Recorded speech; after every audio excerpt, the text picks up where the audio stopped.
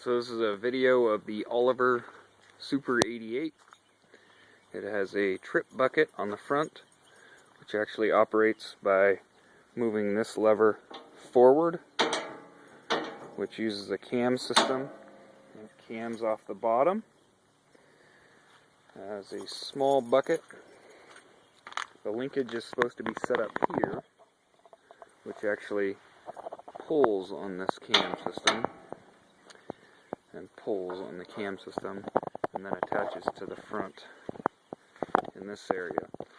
A lot of times they would actually do this via a lift system. So as the bucket got to a certain height, it would dump at that height. You can see there's a little bit of weeping going on around the injectors, and it's actually just a slight amount of weeping. I haven't tightened anything down. The injection pump is all good, nice and tight. Starter, I've had it apart, works well, it's nice and clean. There's a kickstart lever. I replaced it with a new starter relay, new style starter relay, which has a single wire direct contact battery to battery. The kickstart lever used to contact the battery on a switch. So it used to actually be a switch there that this would kick and engage. Now it's just a kickstart, engages the starter into the bell housing with a rod, and then it uses a key, which is an actual key switch, which was not the way it was before. You can see the tire on this side is worn. It's a ring type tire. It is an 18 4x30 tire. It holds air. The rear end is a power up, power down rear end. So it actually has more like a skip loader or a excavator or a actual land maintenance digging style rear end. It has a remote, so you can actually lift wheels and lift substances, lift any kind of hydraulics. Actually has two remotes. So there's one and two, up and down, power up and down.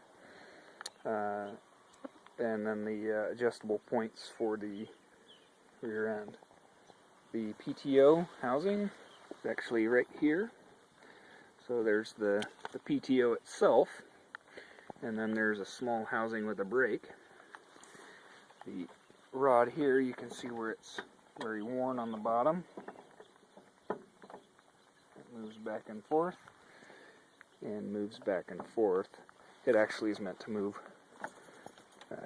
You depress the detent, move it forward, and it will engage, move it backwards, and it will lock and disengage. Tire on this side's all good, about 50% wear, also holds air. The hydraulic system is right here.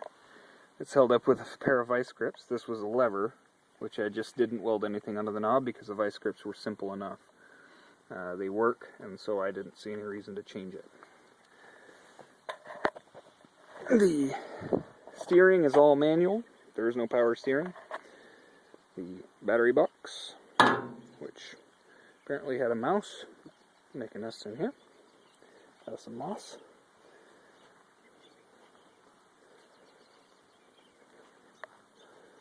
Shouldn't really affect anything. There's your battery. It's just tied in. A little bit of grounding.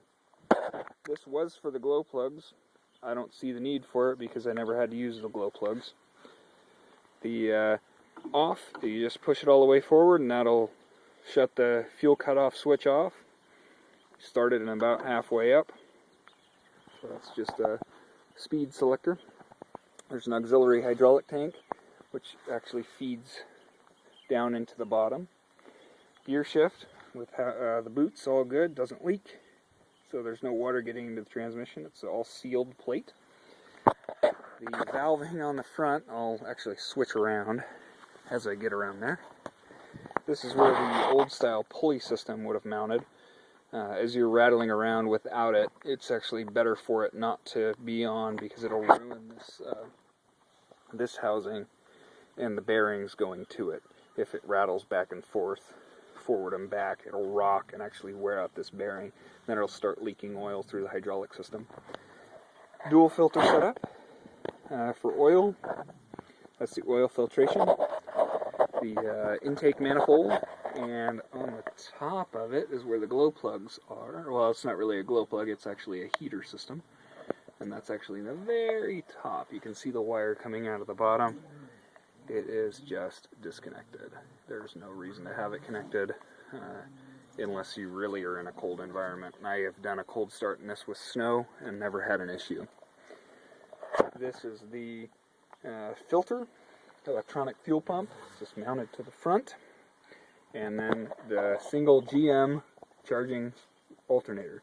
It's grounded on the bottom, and then it is into the ground on the alternator, and then you have a field which is just charging when the battery needs charging. It's a very simple system. It's a one-wire system. The radiator has been replaced, as well as the fan. The fan's actually with a thicker piece of metal. The other piece of metal doesn't it wore out and it broke. The fan, the pulley actually broke on the inside, so I replaced this pulley with it. It was a used part, but it was still pretty expensive. And the hoses, it actually it cut through the radiator when the pulley disintegrated, so I had to buy a new radiator. The front tires, I've seen worse, but well, they hold air, and I haven't had a single issue with them. I've had better looking tires with more issues. So, tires on both sides, and then the vanes on the inside. So where this pulley actually runs all the way down through, about to the middle, is where the, well, probably more like here, is where the vane actually leaks. So as I extend these out all the way when I start it, it's going to actually push fluid out through a check hole, which is right here. So it'll actually push the fluid and it'll go squirting. But it's only power up on the hydraulics. If you want power down, you can plumb in a hydraulic to the front, or just get a new cylinder that's the same length, and you can actually have power up, power down on the hydraulics. There's actually space here for more hydraulics on the in and out of the hydraulic system for more hydraulics, and that's on the other side. Get on and start. So you get on the tractor.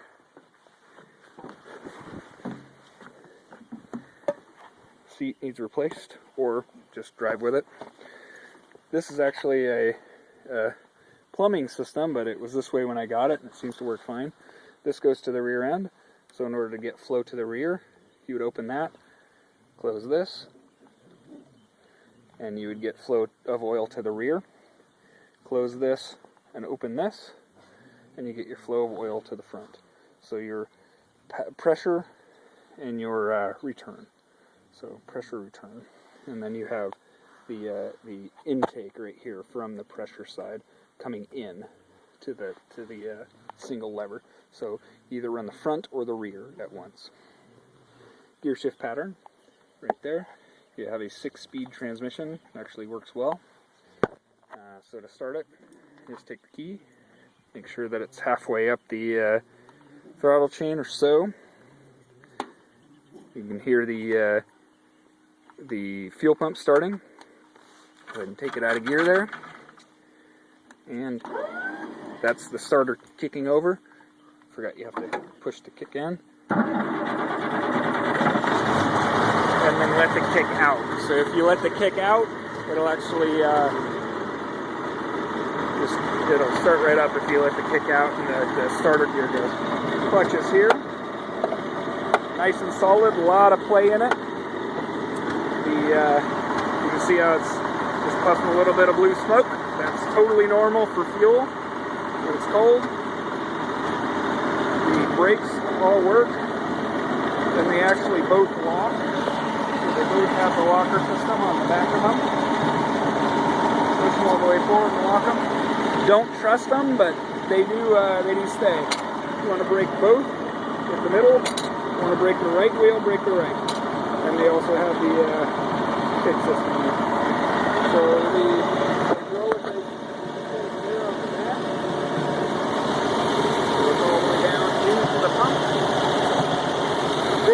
activate right here. This lever here activates switch.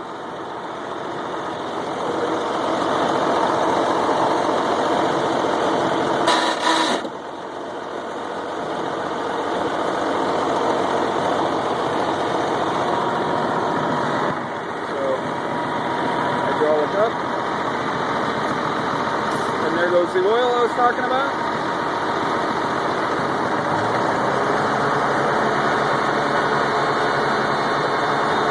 Working against gravity there. Also not even close to primed on the pump. And then gravity feed down.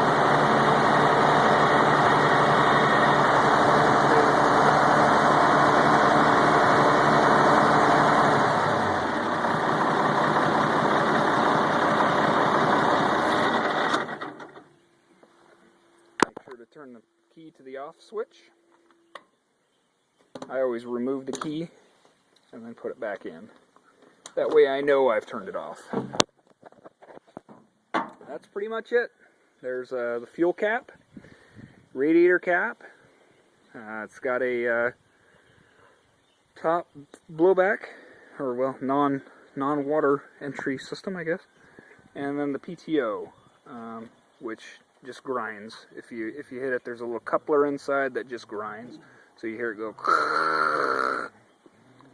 So that's pretty much it. The selector switch is still there. The old kill switch is still here, but I just used the throttle all the way down.